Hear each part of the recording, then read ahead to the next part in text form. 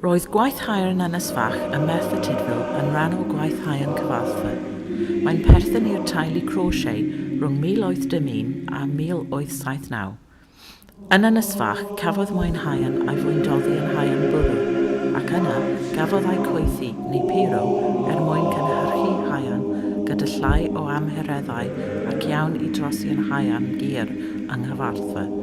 Mae'r animeiddiad hwn yn dangos Ynysfach ar ei anterth tua 1860.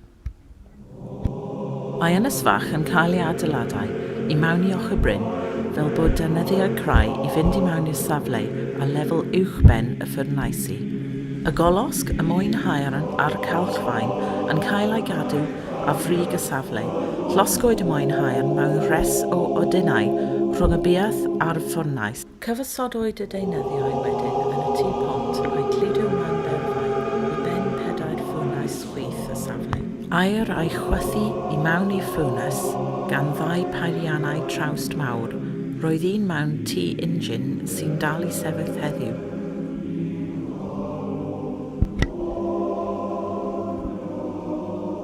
Gallai pob ffwrnais chwith yn cynhyrchu 10 tunnell o Haearn y dydd. Cafodd hyn ei dapio a weliau tywod yn tai castio, lle mae Haearn tawdd oeri i ffurfio Haearn.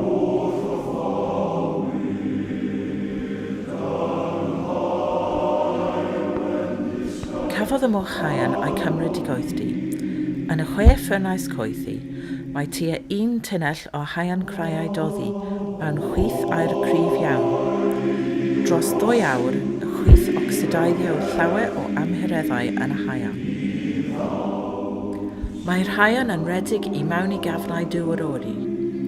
Cafodd ei diffodd gyda dŵr i wneud slab o fetel wedi ei coethi. Yna, mae hi'n yn torri i fyny ac yn cymryd at y gyfeiliau pwdlo yng Gwaith Haearn Cyfarthfa. Cafodd y peiriannau trawst eu pweru gan stem o fatris boileri.